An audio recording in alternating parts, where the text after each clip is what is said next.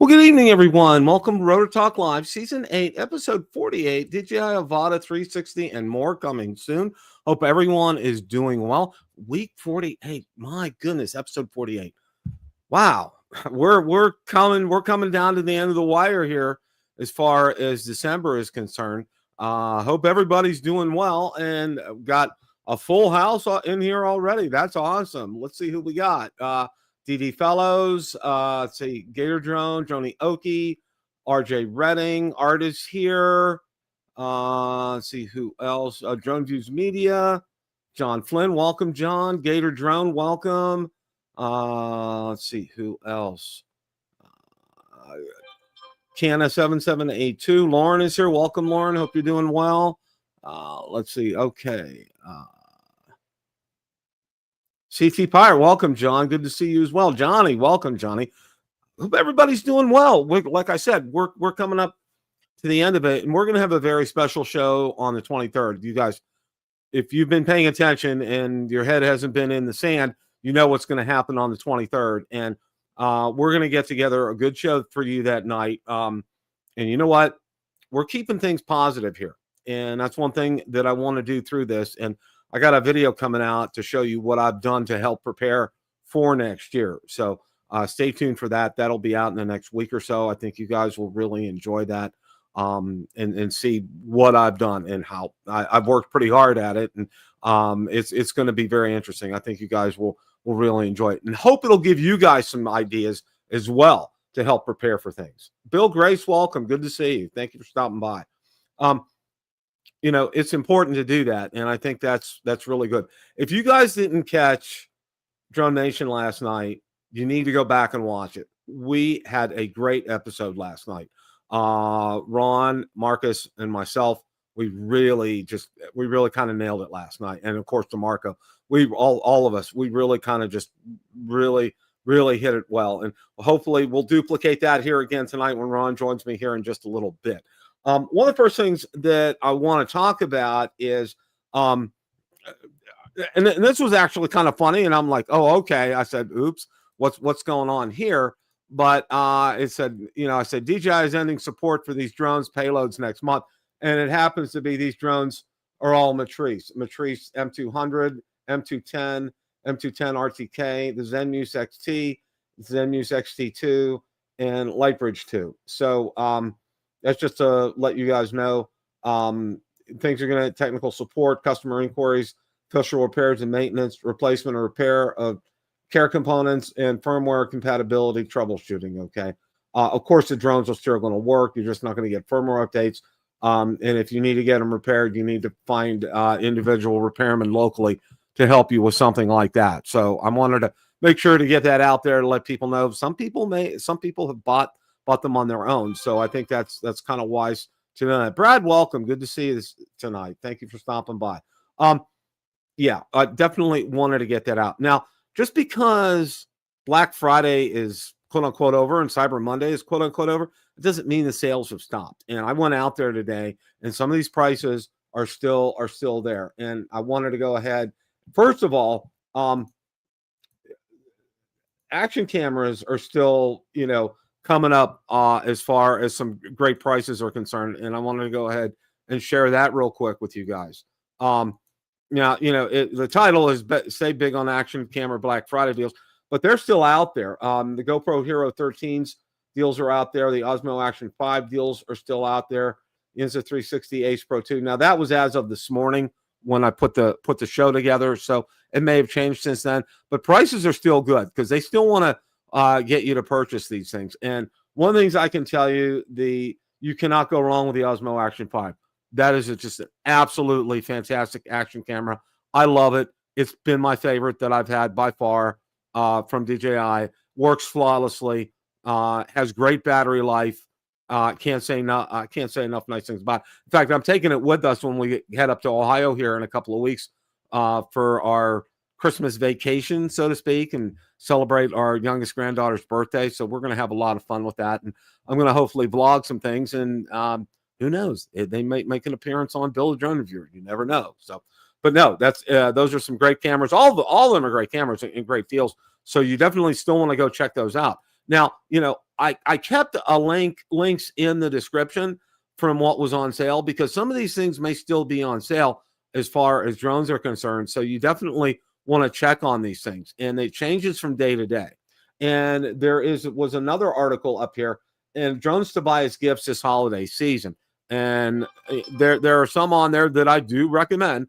And we're going to go through this here, because I want to run through this a little bit. Potensic Atom SE. It comes in at $200 on Cyber Monday. I don't know if that's still on sale or not.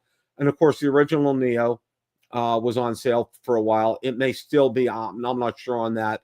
The Avata 2, that price I know has gone up. I did check on that. The DJI Mini 4K, that price has gone up from $300. I think it's back up to $390 or so right now. But again, keep an eye on these things, because they do change on a daily basis, and you want to be prepared to take a look out there, because, one of the things that I know, hey, Captain Ray, welcome. One of the things that I do know is from previous history, from previous Black Fridays, and so these prices can fluctuate on a daily basis. So don't wait for an alert. Get out there and check these things on your own, because, overnight they may have done something, and they may have restocked, and they may have decided to drop the price down again. Get out there and check these things. Prices can change. That's all I can say. That'll definitely, that definitely. Jeff, welcome. Good to see you tonight. Thank you for stopping by. Appreciate that. So you definitely want to check these out. And definitely what I have listed down here below, I know it's a Black Friday list, and I'm kind of beating it over again with a carrot stick, but I think you guys know what I'm talking about. Those are some good prices on drones. And again, get out there on a daily basis and check the prices on some of these. Some of them are still really good deals. So go out there and check them. That's all I can really tell you right now at this point. Danny Kennedy, welcome. Thank you for stopping by. Okay. What else we got here? Okay. All right. Now, one of the things, I don't know if I shared with you guys or not, but I did pick up an Osmo Nano, the 128K version. And this is going to be part of this video that I'm going to show you of what I got. They did have a firmware update for the Osmo Nano. One of the things I want to tell you, though, is what I got for the Osmo Nano, one of the first accessories, I got a cage for it, and it's a cage that holds both the modules together.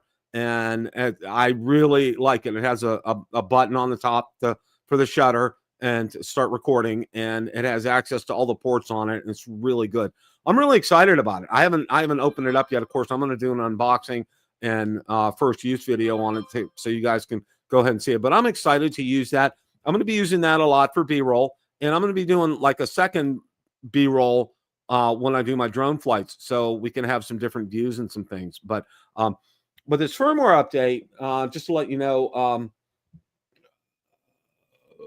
there's live view support now too. This means you can preview framing and get your shot lined up before you hit record. Then there's a sweet upgrade to visuals. A new natural wide field of view option helps reduce the kind of fisheye distortion you sometimes see with ultra wide lenses, while still keeping the immersive wide angle feel. That's a great balance. You get all the dramatic wide angle vibe for travel, action, or creative shots, but with more realistic proportions. For context, FOV is basically how much of the scene the lens captures at once. A wider FOV means a broader view, but it can lead to distortion if not handled carefully. Also on the plus side, the firmware adds a horizon correction option inside the EIS electronic image stabilization mode when shooting video. That means if your hand or camera wobbles just a bit, say 15 degrees, the software will automatically level the horizon. That's huge for this handheld footage.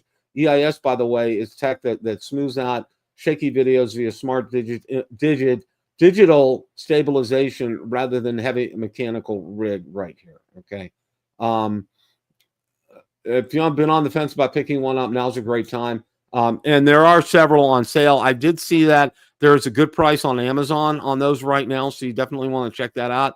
And some eBay sellers have a good price. I actually got mine off of eBay, and there was a good seller out there, so that's something that I definitely recommend. Don't. And one of these things is I've learned on eBay, don't pigeonhole yourself with one seller. For example, some of the sellers, I've used a wide variety of sellers. I've used some for batteries. I've used different ones for propellers. I've used different ones for the actual, drones themselves, and other things, other high-end items. So, be careful. And like I said, always go in there and vet these sellers. One of the big criteria is check to see their number one, their feedback on the item that you're interested in, if they have sold that and have gotten feedback on it. And the other one is, I always go for ones that have at least 100 or more feedbacks, because I think that if it's under 100, I'm really kind of sketchy and leery about that. Even with some good feedback, I still am really kind of leery, because a lot of times you'll see good prices on those, but you kind of shaky. But go in there, check those kind of things out. The other thing to check out, their shipping, to see how fast. And one of the questions I always ask, I'm going out there, I'm asking, is this new OEM in original packaging and sealed in the packaging? And one of the other questions I ask is, how long after purchasing do you ship? Because some take 3, 4 or more days to do that, to actually ship. You want to know that. And also, too, find out, if they say expedited shipping, find out who they use. One of the things I found, especially in South Korea, a lot of their sellers use FedEx, which is fantastic. Okay. Now, I know a large part of the United States right now is experiencing a winter storm, and because of that, it's impacted, shipping. And just to let you know, both UPS and FedEx are affected by that. So just an FYI, if you're waiting for some things, like I am right now, because I've gotten, because we're going to be gone like right before Christmas. So Valerie and I've done all of our Christmas shopping. We're just waiting for it to come in right now. And some of it's delayed because of these weather delays. I mean, there's nothing you can really do about that. So, I mean, that's kind of where we're at. So, yeah, Captain Ray, it really is. It really is. Oh, yeah. Yeah, well, I did too, Ines Guy, and I was pleased with the seller. I was very, very pleased with him. Like I said, I haven't even opened it up yet. I mean, I'm just like, one of those kind of things. So here we have Mr. Ron Brown. How are you, sir? Hello, Bill. How are you tonight? I am eager and looking forward to Steeler Nation tonight after we're done with the drone talk. And I just got a bit of news. The Steelers picked up a new receiver today. Oh, I did not even know that. Wow. Minnesota released Adam Thielen. Well, he asked for his release because he wasn't getting playing time. The Steelers grabbed him off waivers today. So wow. Wow. Yeah. Wow. So we'll see. Oh, that, it's like everybody's saying, Mike Tomlin said we can still write the ship. And we're going to talk more about that coming up here. So, was talking about the Nano here for a little bit, and there was a firmware update, and it's really helped improve the features on it. And I think a lot of people are excited. And that's going to be my secondary B-roll camera. I'm going to be using that out there in the field when I'm filming. And I think it's going to be good. And what I got, Ron, I got a cage, and it's a dual cage that fits both of the modules in there. And the top one has access to the shutter on the top, and then the sides have access to everything on the side that you need for the USB port. And Bill, I think that it's important you brought up that firm update, because the big thing it brings is, for a lot of people complain that when you hooked your wireless mics up to it, you didn't get the video feed anymore on the big unit or whatever, right? Right.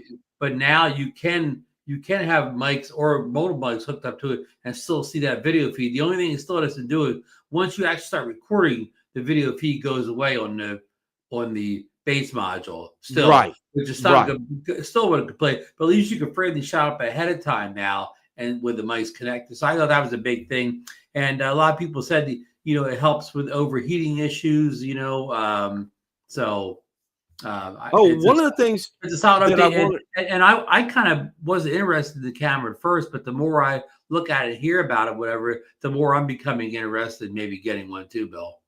I found a good seller. I know it's a good price out on Amazon right now, but I found a good one out on eBay. That's where I got mine from, and it was from someone here in the United States. You can get it less than the $329 price. That is no, it wasn't less. It was about the same. Okay. Roughly about the same. So, and I was pleased. Shipping was pretty fast on that. Before we get on to our next topic, one of the things that I wanted to tell you that I noticed, like over the weekend, I was trying to update my SD cards for all my drones. Okay. And I found out a slight change, but wow, it's made such a difference. I go to start using all my SanDisk cards, and for some reason, I mean, I was putting them in like the Mavic 4, I was putting in the Mini 5, Air 3S, and they were just not liking them. And that, and what I would get was that the card was too slow. Okay. Mm-hmm. And I go out there to DJI's website, okay, and look at the spec sheets on all of them. They don't list SanDisk anymore as a recommended SD card, Ron. It's Lexar and Kensington, okay? Mm-hmm. Apparently because of the speed. I think probably what happened during a firmware update has probably messed with that, because I was trying ones that I had earmarked specifically like for the Air 3S, and it was saying it was too slow now. And I think it was the reason it was too slow. They did a firmware update. So they went out there, DJI went out to their specs page, and they completely updated it. It's Lexar and Kensington are the only ones that they recommend now for most of their drones. That's something to keep an eye on. I mean, I don't know what car I have, whatever car is on sale or whatever. So I have a mixture of cars, but I'll have to be careful for the ones that have, SanDisks in them. Yeah, I was trying to do, I had some stuff on there that I wanted to just get rid of. And then I go in there and I try to, and I'm reformatting it. And then it gives me, it says, SD card too slow, upgrade to faster card or something message like that came out. And then another one, I had a SanDisk in there. It didn't even recognize it. I'm like, wow.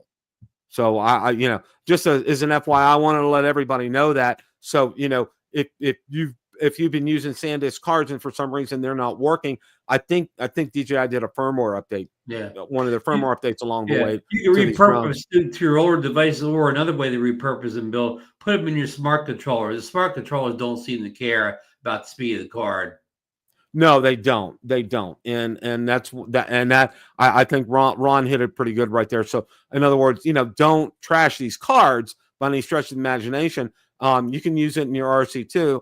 And you'll be fine. I mean, or the RC Pro 2, you can stick them in there and they should be fine. That's just a guesstimate on my part, but I think Ron's right in this instance. I think that'll do it. Now, one of the things that I want to get before we hit to the main topic tonight was the Neo 2 actually had a firmware update, and the firmware update adds manual FPV mode, and I don't know. Manual mode plus FPV ready control. With the updated firmware, pilots using DJI goggles N3 or goggles 3 plus the FPV controller 3 can switch to manual mode, essentially bringing joystick-style manual flight into a drone previously positioned as a smart follow camera. This makes Neo 2 more versatile, especially for users who want to pilot and control thrill rather than relying solely on automatic tracking. Bug fixes and performance tweaks alongside the new mode. The update resolves several known issues. DJI hasn't publicly detailed all the fixes, but overall improves stability and responsiveness when using the goggles and controller setup. So, I mean, that's not something that's going to apply to me. But for those of you that it applies to, I mean, this is a good update. Yeah, I want to explain it, Bill, to somebody that doesn't really know in this world. Right before this update, you can still fly the Neo 2 with the goggles and the motion controller, okay? But now you'll be able to fly it with the goggles and the DJI FPV controller in full manual mode. And this is nothing surprising, Bill, because the Neo 1 had this capability. So they're just playing catch up at this point, Exactly. Yeah. So, okay, we're going to get to one of the big topics here that we're going to talk about tonight, and Antigravity is going to be releasing their drone it's on the 4th, which will be Thursday. Okay, now just to let you guys know, and just to kind of keep you guys in the loop, there's going to be no show. All right, because we really don't know, and we talked about it last night on Drone Nation. We really don't know what time this is going to be done. It could be 9 o'clock in the morning. It could be 3 o'clock in the afternoon. It could be midnight. We have no idea when. Most non-DJI tech products don't release on a timeline, the usual timeline of 8 or 9 a.m. Exactly. Anytime you look for something else, it doesn't happen. Exactly. Now, I do want to go over this article that was out on Drone DJ here. and I do want to talk about this for a few minutes here. Okay. If you've been eyeing Insta360's Antigravity A1 drone with bated breath, now's the time to set a reminder. Antigravity has dropped a teaser stamping a firm launch date on its debut drone, December 4th, 2025. The article says at 9 a.m. Eastern time. That means the A1's arrival nearly 2 months earlier than the previously expected January 2026 release. Okay. And then, of course, there's the teaser out here. And we know why the timeline was moved up, Bill. Oh, yeah. We know exactly why the timeline is moved up, and that's in the article here. True 8K 360 capture, invisible drone effect, sub 250 gram weight, immersive FPV-like controls, flexible editing and creative freedom, safety, and practicality features. Okay. And one of the things I know we talked about last night, but I do want to bring this up tonight, okay, is for a majority of our audiences who watch our shows, okay, this drone is not, you know, I want to be real careful what I'm saying, but a lot of you will not. What am I saying here? Okay. But what you're trying to go, Bill, the 360 thing is a niche thing. Even on handheld 360 cameras, it's a very niche product or whatever. And this will be the same kind of niche product. So if you own an Insta360 camera or anybody's 360 camera, you'll buy this and you'll have no learning curve. But if you're never ever having a 360 camera before in your life, you will hit a learning curve on this as far as editing, you know, not flying a drone, but editing your video, editing it out to some sort of presentable content will take a little bit of effort if you've never touched the 360 camera before. That's spot on, Ron. You know, a lot of you have, say, like the Avata 2 goggles, and you're familiar with that and the controllers and everything, and that's going to be great. Okay. And I think people are going to like that about the Antigravity A1.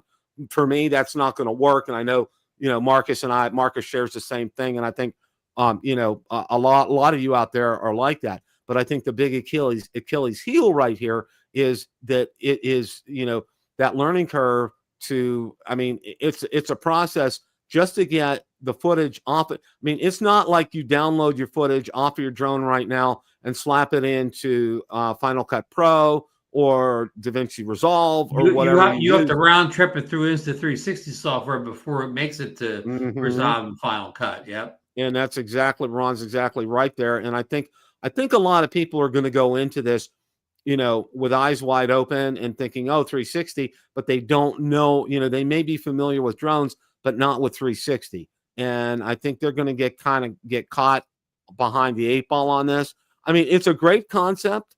And one of the other things that I wanted to mention too is, there was a lot of good press about this, and it's won a lot of awards, but we really haven't seen more than a minute's worth of footage, Ron. I mean, all that's based off when the influencers had it for, a couple hours back in August or July or whatever it was.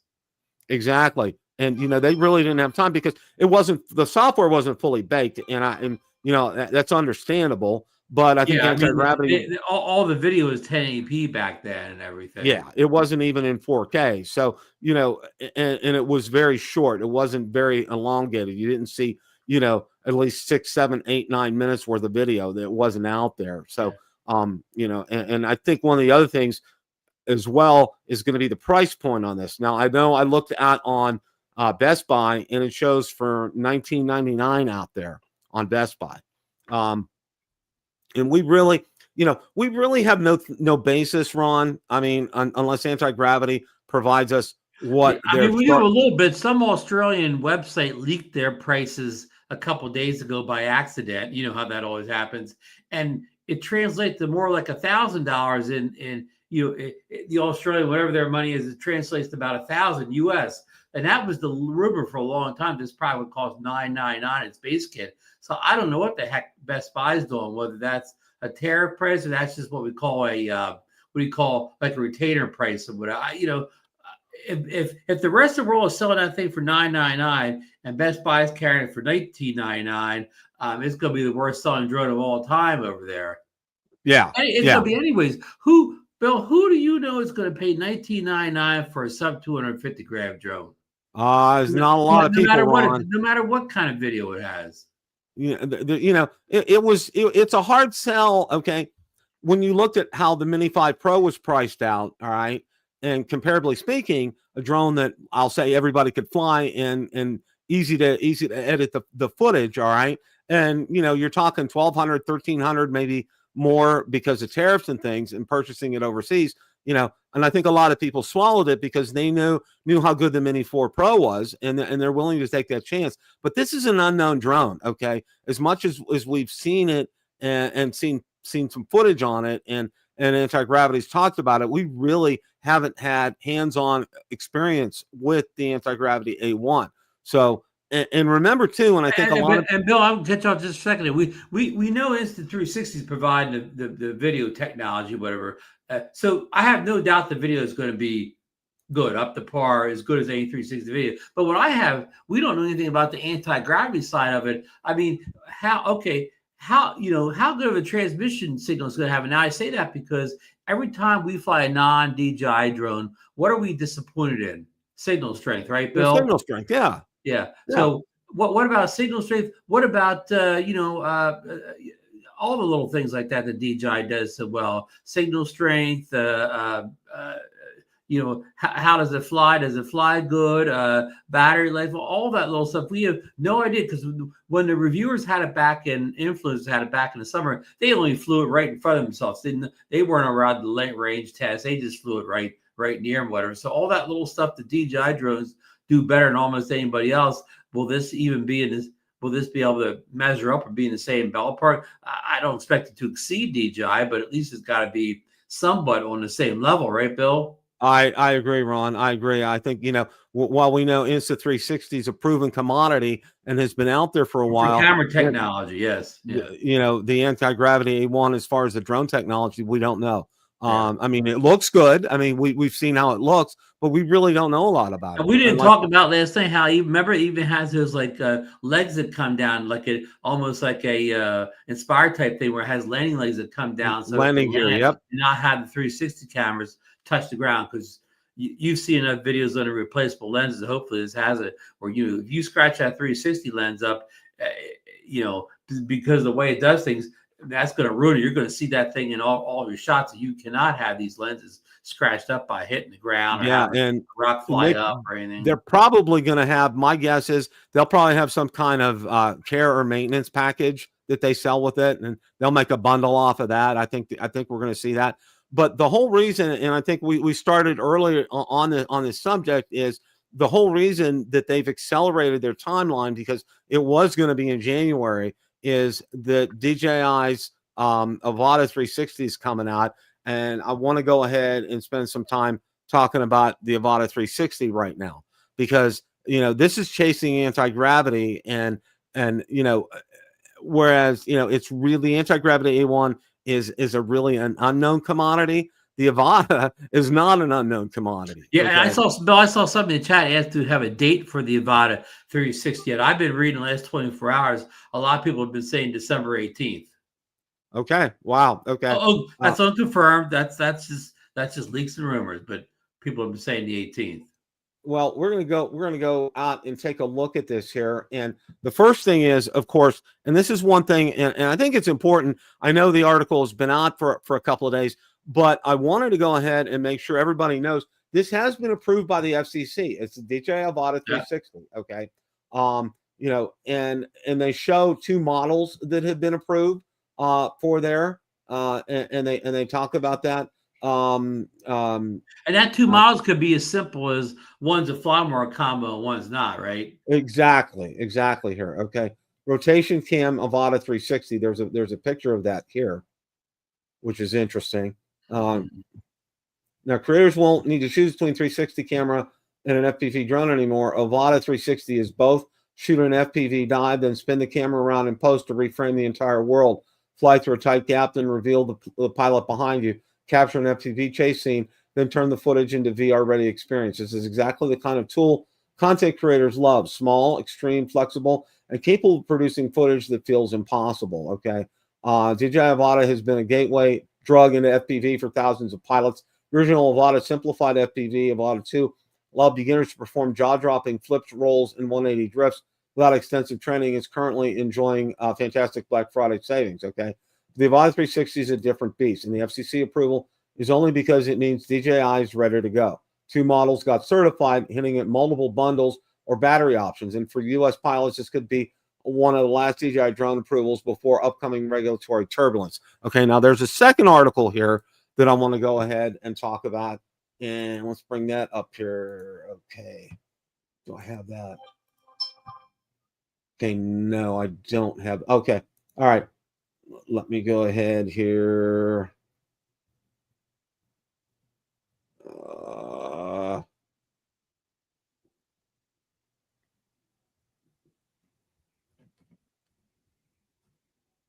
Okay, no, I don't have a second article on that, but okay. Just having some things posted by Igor here. Okay.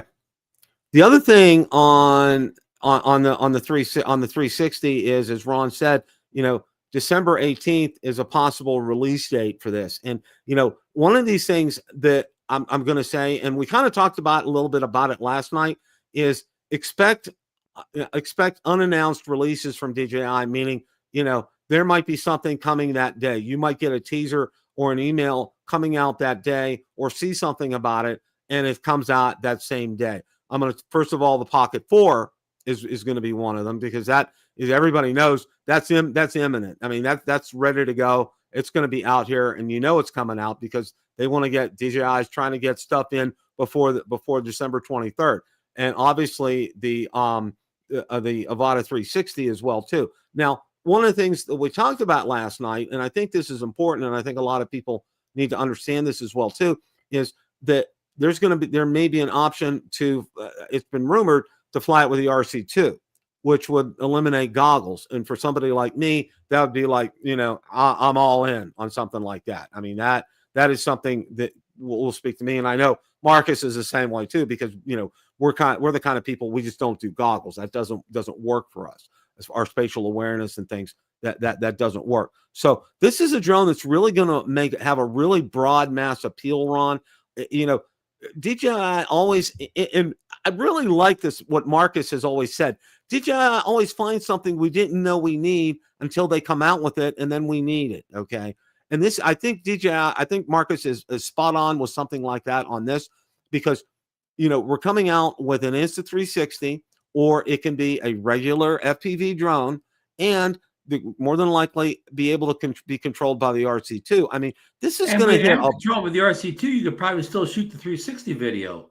Exactly, Ron. I mean, the sky's wide open with this one. I mean, for the first time, I was like, because I knew, the previous Avatas were goggles, and I'm like, no, it's not going to work. But then this, I'm in, I'm in on something like this, because I mean, that's really appealing. Well, I mean, they saw how popular the Neo was, the Neo 1, well, Neo 2 also, but Neo 1 was because it could do many different things. So maybe they're applying that to the Avata series now, make the drone very versatile. That's true. That's very true. Now, while we're on the subject of releases here, okay. Bill, before you go on, let me do say that the 18th of December, that is a release type day. It's a Thursday. So sometimes we get these release dates and they're Saturdays and Sundays, and we know they're not true, but the 18th could possibly work, be it on a Thursday. Exactly. Now, I did see, and there were no articles on this, but Jasper Ellens has been quiet, but our friend Igor has not. And the first thing that I want to show you guys is, all right, Igor said there isn't much time left before hunting season, and DJI keeps sending us gifts. DJI Lido X1, DJI Power 1000 Mini, DJI Avata 360, DJI Osmo Pocket 2, and DJI RS5. Now, this was the first picture that I've seen on it, and you can see right here, it's the drone arm, and it has Lido X1 on this. Okay, now that was the first I saw that today. That was the first I've seen that came out yesterday. And here, right here, is the FCC approval for this. Okay, Lido X1, and they already have model number, and it's been, like I said, it's FCC approved. So I mean, that's, and there's the Power Mini below it. Exactly. Okay, so you can see this right here. Now, what the rumor is, and what I've read on this, is that this will be replacing the mini 4K. Mini 4K, which makes a lot of sense. And I know Mark has talked about the Sky Rover X1, which he has, and and more than likely it could very well be Sky Rover's drone just rebranded as DJI. I mean, that's very possible. I mean, because basically, we all know they're one and the same company, Right. So, and maybe that, like, as far as I know, Bill, the Sky Rover drones are only sold in the U.S. So right. the lead that would be to sell in the rest of the world. Right. Now, Igor did post some other things right here. There's the Pocket 4 that we have here, and then there's the 360 Avata FCC approval right there as well, too. So, guys, stay tuned. Keep your ears to the ground for things, because things are happening fast and furious right now. It's funny. That guy down at the FCC that does these approvals, he sure doesn't read the news, does he? That these drones may be banned and they had the FCC certifications could be revoked. He's just rubber stamping these things, Bill. Yeah, they're coming out left and right, and it's very, very, very interesting here, as far as the timing is concerned. So, I'm telling you guys, pay attention to everything that's going on. Look on our timelines. If we hear anything, we'll post it out there. We'll let you guys know. I know Ron goes out on X every day. I do as well. I look at Drone DJ, look at Drone XL. I check Igor every day. I check Jasper Ellens every day. I go out there and do my due diligence to see if anything is happening. But like I said, it's going to happen quick. Okay. So, talking about these products, this Mini 1000 Pro, okay, is also on the horizon. Expect all these things will happen probably before December 23rd. So it's going to be a very busy 3 weeks here for DJI. I mean, if you're limited, keep your budget, keep your money in the pocket until everything gets released, and then make a buying decision. Yes, exactly. And, realize something. You want to do this, obviously, before December 23rd. I mean, that's just, that's kind of a given here. So I want to go ahead and talk about this as well, too, because this was a great article.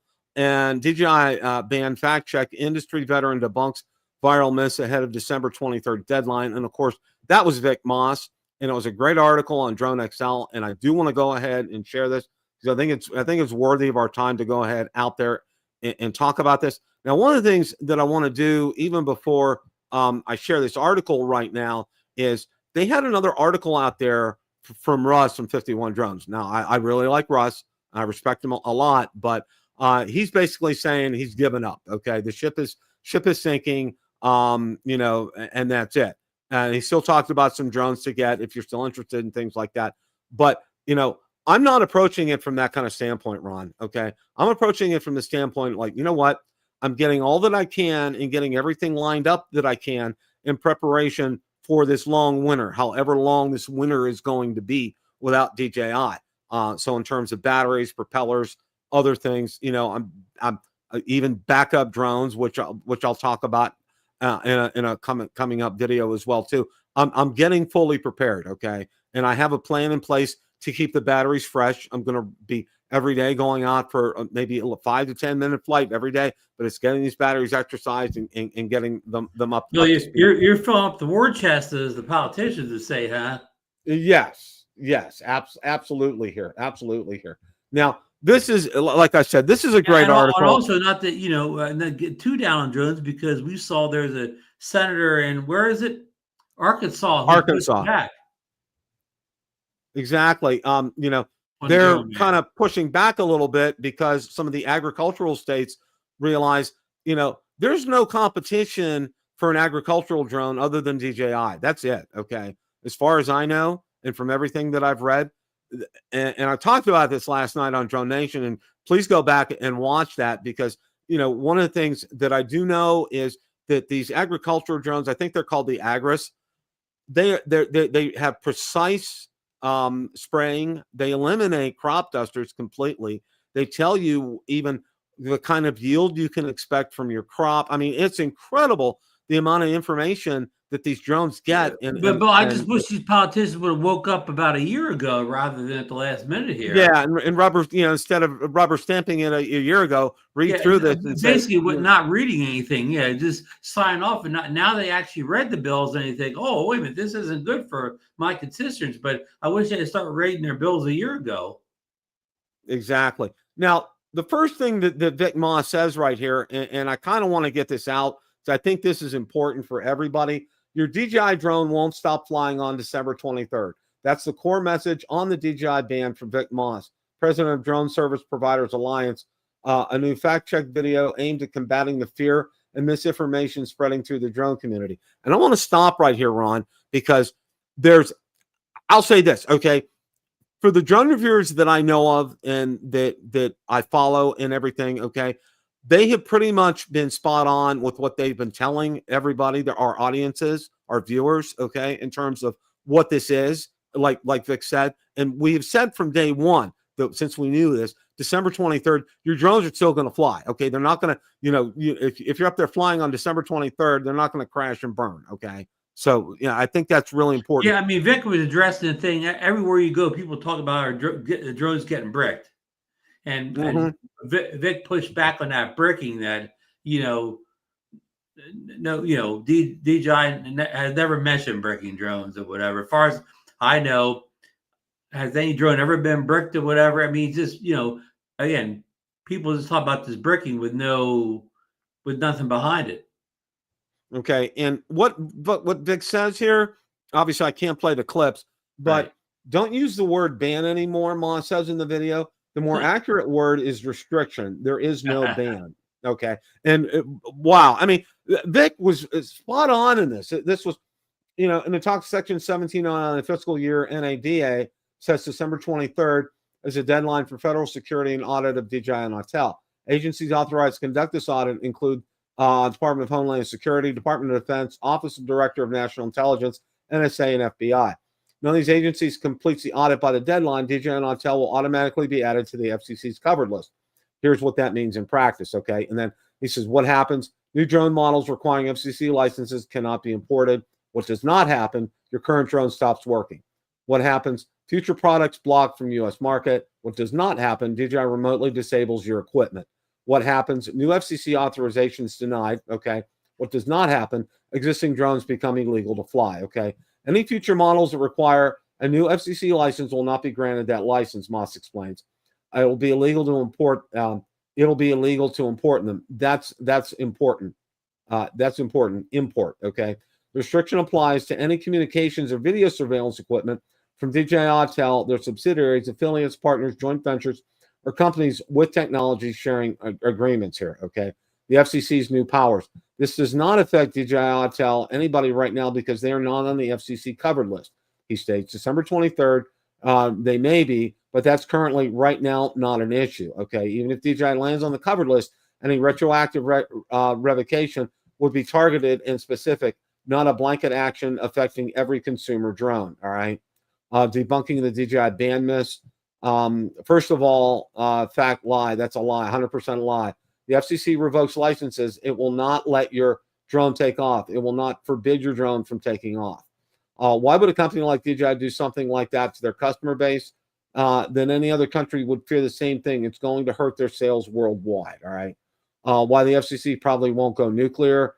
He gets into some reasons of that. 90+% of all first responder fleets are DJI or Telmos notes. Not even a bureaucrat, nobody in their right mind is going to do something that would shut down first responder fleets. He doesn't mince words about the stakes. It'll cost American lives. No ifs, ands, or buts about it in terms of first responders in being able to respond to that, okay? Talks about some things like about civil disobedience. And the bottom line, should I buy a DJI drone? Absolutely, 100%, he says. Buy a DJI, buy an Autel, buy an Anzu, buy a Spectre. If you can get them, buy them. This video serves as a counterweight to the speculation, fear-mongering, and misinformation that has characterized much of the online conversation about DJI's regulatory challenges. Anybody who says they know exactly what's going on or what's going to happen is speculating, Moss admits. Some of the speculation is educational speculation. I hope I fall into that category here. Drone XL's take. He gets into talking about this. December 23rd is real, but it's a bureaucratic trap, not a security policy. No federal agency has stated the mandated audit despite DJI requesting it over a month ago. The company faces potential market exclusion, not because of evidence, but because Congress wrote a law that didn't assign anyone to actually do the work. Moss points out about first responders is critical. We've documented Florida's $200 million band disaster, where the state-grounded functional public safety drones provided inadequate funding for inferior replacements and never published a security analysis supposedly justified the whole thing. Orlando police testified that DJI had 0 failures in 5 years when approved replacements had failed 5 times in 18 months. And he goes on here, and I'll let you guys finish reading the article, which I do encourage you to do that.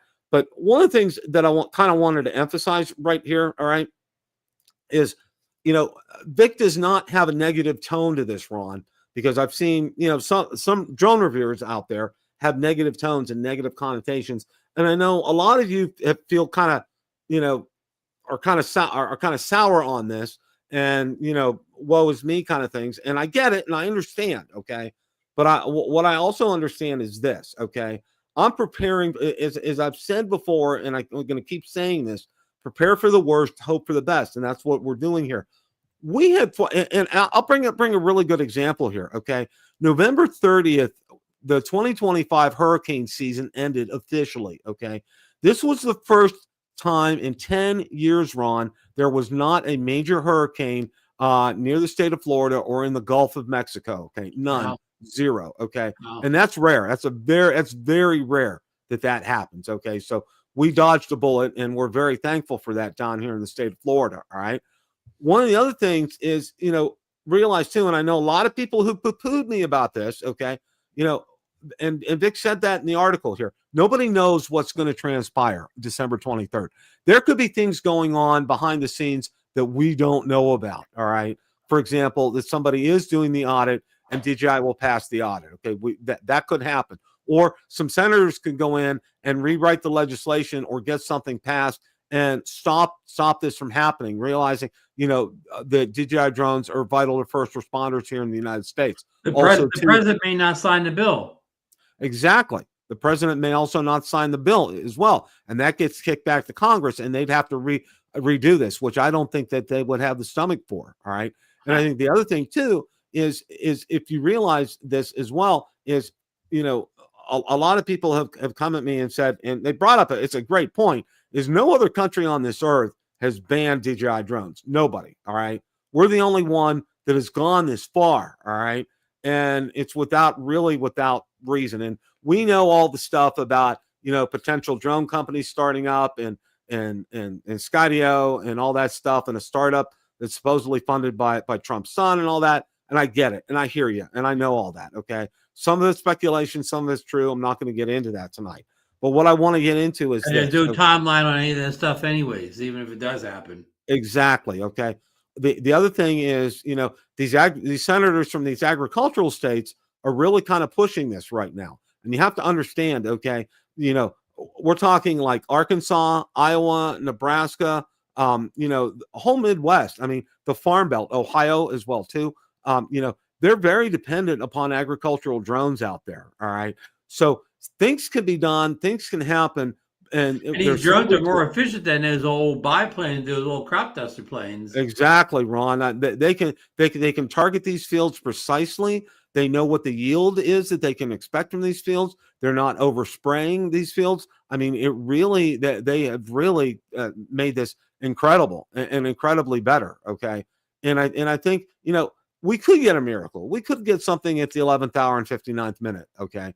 But I'm not planning on it. TikTok got saved at the last minute, Bill. Exactly. And, one of the things that I've said, Ron, and I've repeated it, till I've lost my voice, is there's a lot of money on the table for DJI here. All right. Now, while DJI doesn't publish its profit, because they're a private company per se. Okay. We don't know how much they made, and we don't know how much the North American market is. I can estimate this, and I can say this with a certainty, okay? And I know Lauren has said, they're not, but I have to believe that the United States has to be at least maybe 50% or more of DJI's income around the world, okay?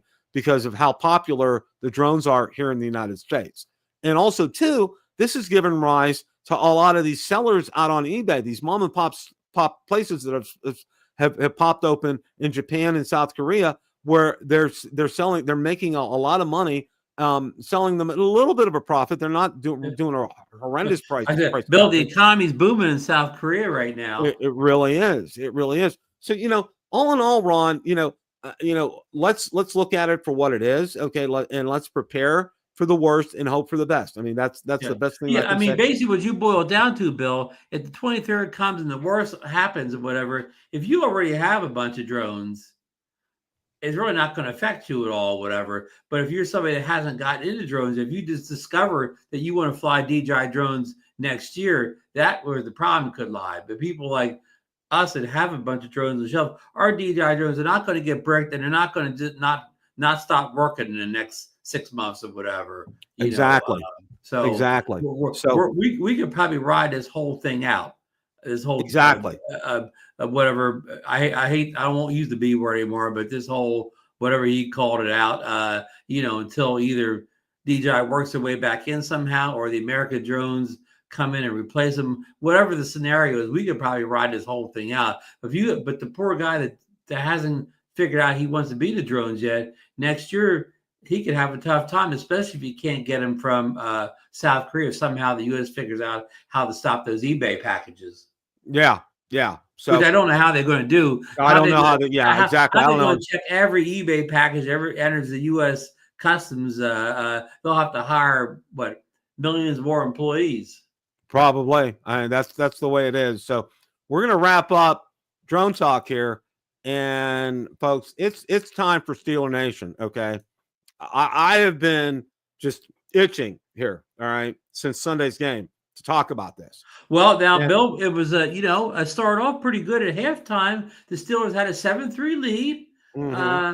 Roger had come back from his hand injury, and things were kind of going well. They held Josh Allen in check, really, and it looked pretty good at halftime, didn't it, Bill? It did. But the first point that I want to bring up is this, Ron. Okay, 4th and 2. The Steelers need to score, okay? They're not going to kick a field goal. They need to score, okay? 4th and 2, and it's a long 2. It's not a short 2, and it's not a quarterback sneakable one, okay? Right. You got to pass on this play. So what do the Steelers do? They drop a running play, get stuffed immediately, okay? I'm like, okay, all right, this is especially gone. Especially on a day where they weren't having a lot of success on the ground to begin with, right? No. Their blocking was horrible that day, and sure enough, they didn't make it. And then, conversely speaking, they gave up the most yardage on the ground to an opposing team in the history of Acrisure Stadium. Okay, wow. Buffalo had more yards than any other opposing team had. Poor Chuck Noll was probably rolling in his grave with that run defense. No, Art Rooney Sr., Dan Rooney. They're all rolling in their graves over this one, okay? Because what's the hardest thing to do, Bill, is win a football game when you can't stop the team running. That's very hard job. They ran at will. I mean, it was like he would get 10, 15 yards at a clip. I mean, it wasn't even contestable. And Cook's even kind of an undersized back, right? I mean, he's not even a big back. They couldn't tackle him, Ron. I'm like, come on. And of course, Josh Allen got 40, 50 yards, whatever. But what was that problem with Josh Allen?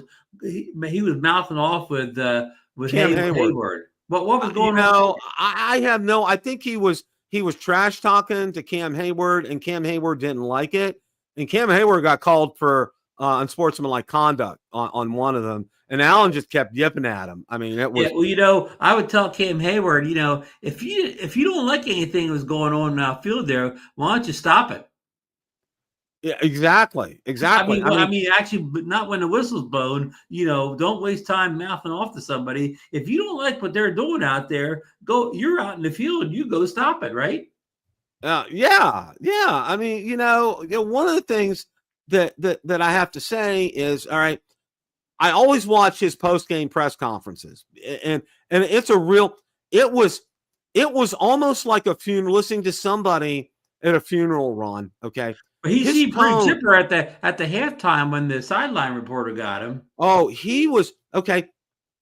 You heard, and I'm sure you probably heard and saw the clips. Fire Tomlin chants were going up during the fourth quarter. All right, and a reporter asked him that, and I was waiting for him to like. He's been known to walk off the stage. Okay, during a question like that, his response was, he said, I feel for them. I'm frustrated as well too. All right, that was his answer to the Fire Tomlin stuff out there. He was very demure. He was very, it wasn't.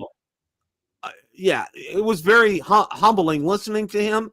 But on one hand, but on the other hand, he came out today and he said, "Yeah, we have what we need to right the ship." I'm like, that ain't going to happen. All right. I mean, somebody had posted out there, it looks like the Tomlin Kool-Aid has dried up because you go out to almost every post right now. Well, what was it? Shannon Sharp absolutely blast. You know who Shannon Sharp is, okay? Who's not afraid. He doesn't mince words sometimes. Oh, he blasted him. Stephen A. from ESPN. Oh, my gosh. Him too.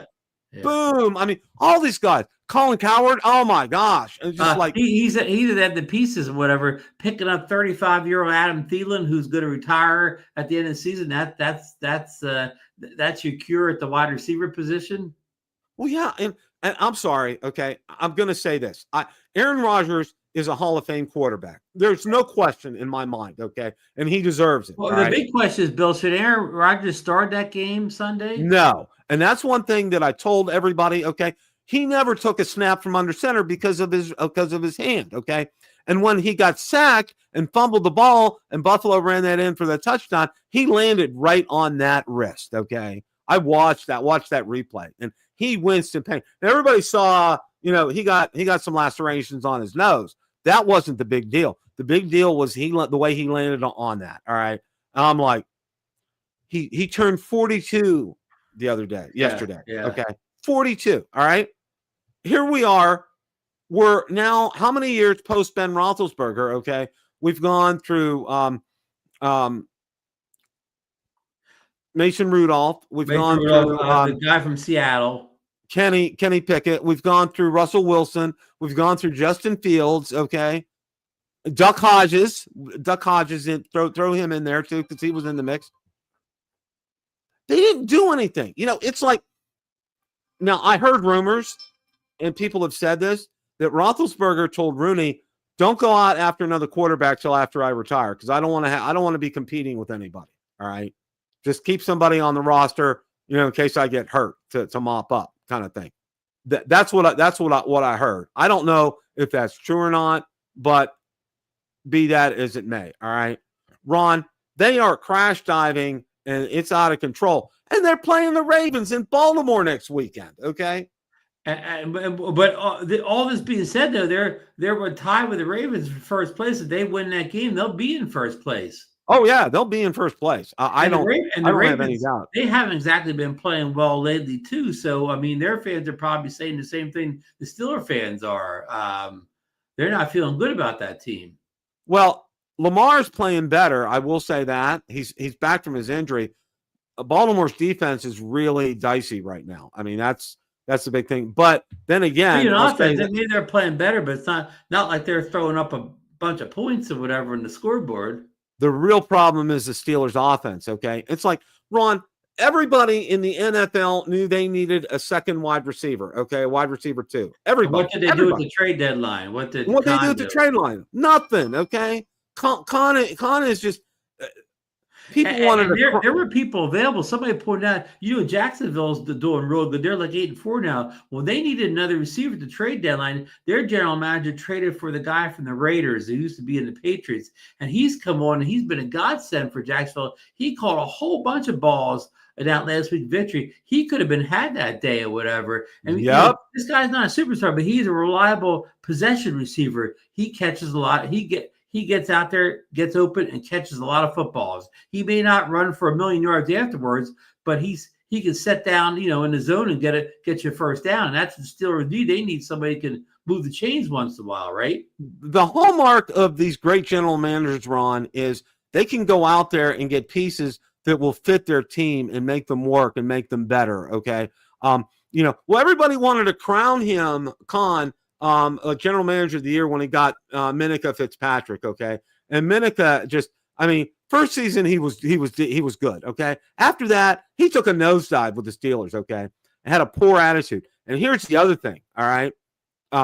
This cockiness from Cam Hayward and everything, as far as Tomlin has zero discipline with the players on that team. Zero. Okay. Because a head coach should be out there in his players' faces and saying, no, you don't do that. Okay. You don't put our team in a bad position. Right. If Hayward were doing that and Chuck Noll was the coach, that wouldn't have sit too well, huh? Okay. I'll give you an example. Okay. I watched the end. Ohio State did something they haven't done for a long time. They won in Michigan. Okay. First time since 2019. All right. Now, it's traditional. What will happen is when one beats the other, that team will go to the center of the field and plant their flag. Well, the coach for the Buckeyes, Ryan Day, he told his players, no, you're not going there. I don't want to have any problems. We got a big win today. Let's go to the locker room and celebrate with our fans. Okay.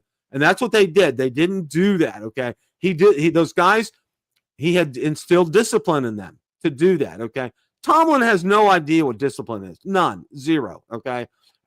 He has a long history of people who have just walked all over him. All right. Throughout his whole time on the Steelers. Okay. Just I don't know what else to say, Ron. It doesn't. Yeah, it was a rough game, and I saw that their pass defense is falling apart at times before. So their pass defense and their run defense could both be spotty. But all that being said, if Tomlin can get them together and they could somehow beat the Ravens on I guess the game's on Sunday, they could be back in first. I mean, but Bill, you have to admit there is a possibility they could limp into the playoffs. Well, I'll tell you what, if they limp into the playoffs, it will be another one and done again, okay? But I can tell you this, okay?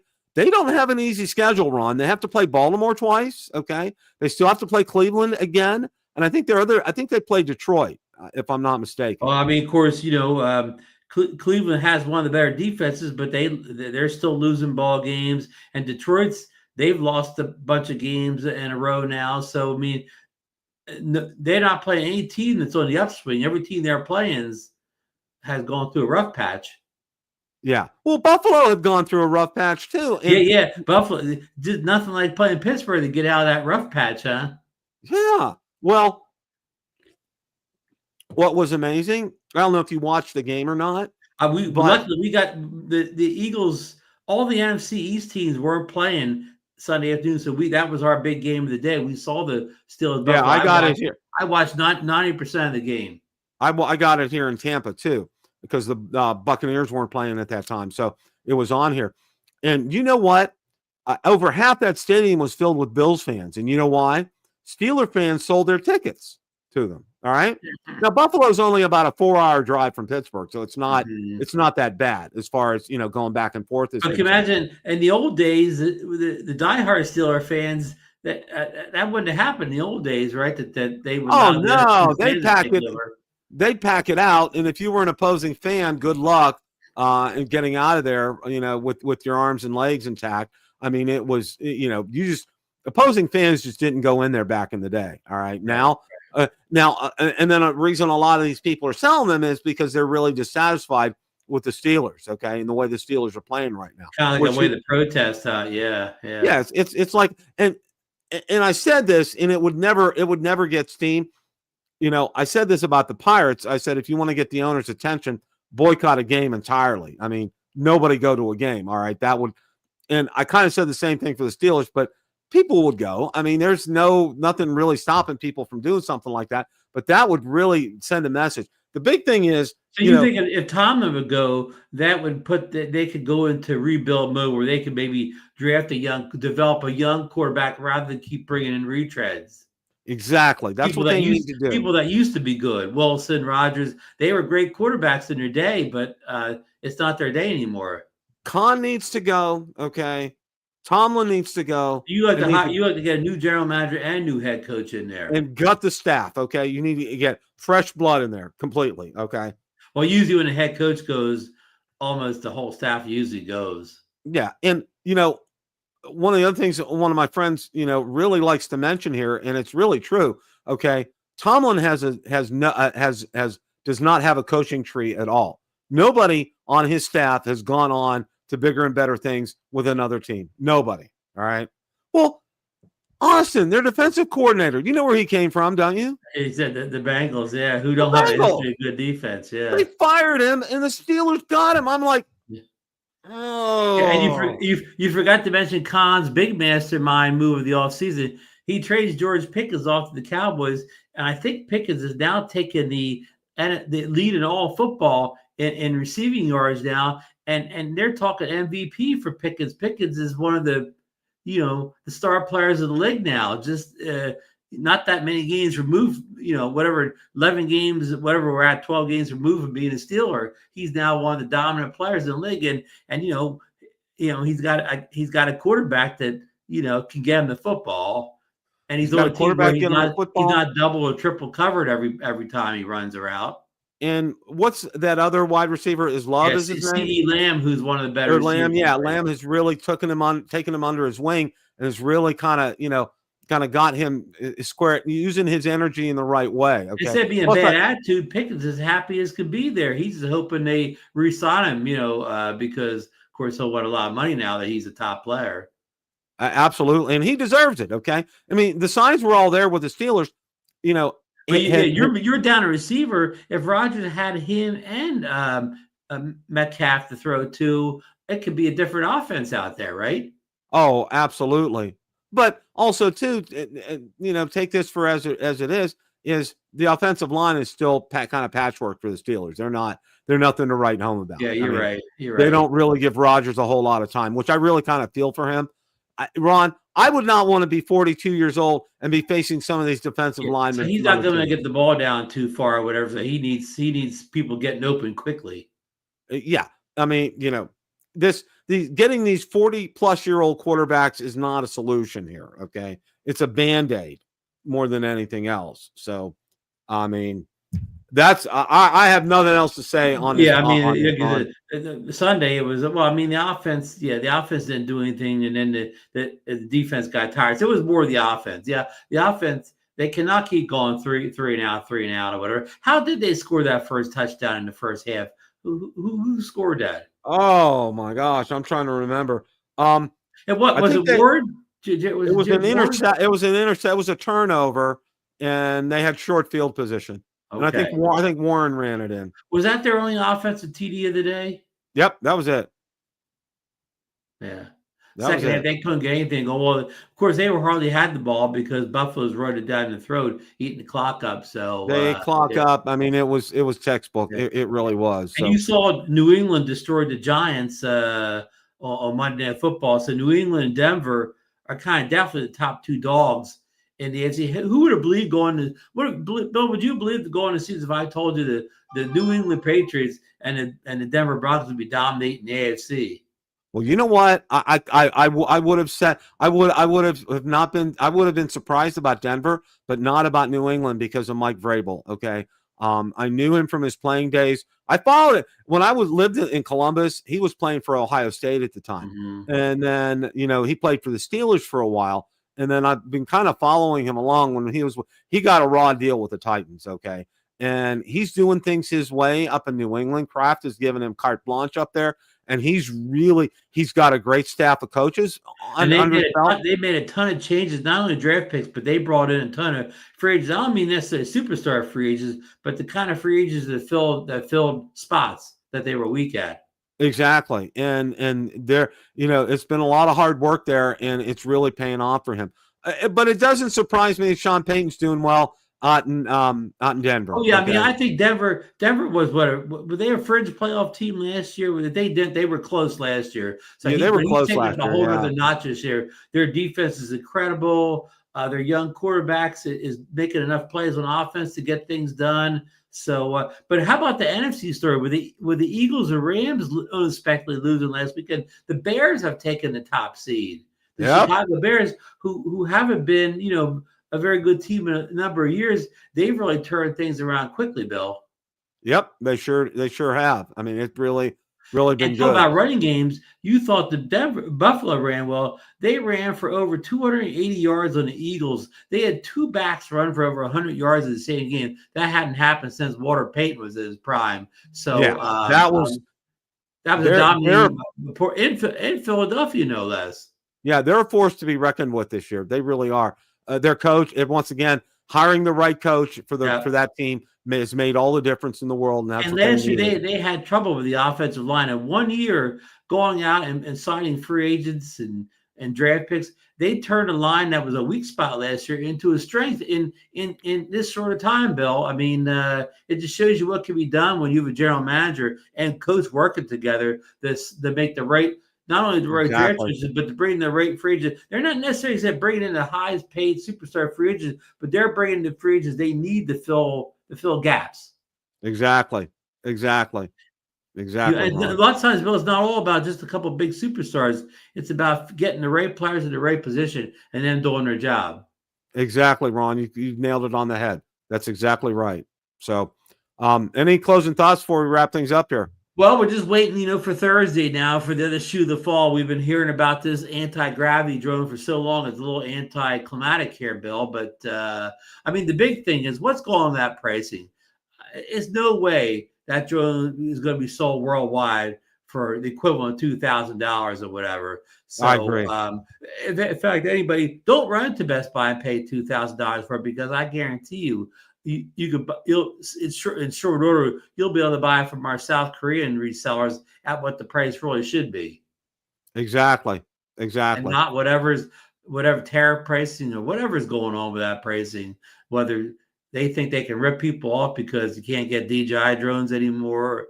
And Bill, just if the DJI thing does happen 23rd, you cannot buy DJI drones, which you can already. What Vic and them don't. Well, he did mention the video, but they don't emphasize. We can't really buy DJI drones in the U.S. now. We have to buy them on eBay, whatever. But so you'll be left with anti-gravity type drones as your only choice, whatever. You may want to get a drone for do some, whatever drone work or whatever, and all they have is crazy 360 drone or whatever. That's really not going to get the job done, which you need probably. Yeah, exactly. But no, great show tonight. You guys were great in the chat tonight as well. If you get a chance to, please watch Drone Nation from last night. We really rocked the house last night. I mean, that was a great show. Please go back and watch it. I mean, it really is. It's one of those ones you need to go back and watch it. It's that good. It really is. We really and hopefully next week's shows will even be better when we actually have some facts to talk about on the anti-gravity. Because what we didn't mention this night, the thing is, usually when we're close to this drone release, we know specs. We know flight times, and we know transmission signals and battery life. We know a lot of little specs like that. We know none of that here, Bill. We're none of that. Yeah, exactly right, Ron. Exactly. Yeah. So we'll know more next week. So want to thank everybody for stopping by tonight. As always, guys, it's a great day to fly. Take care. Have a great rest of your week.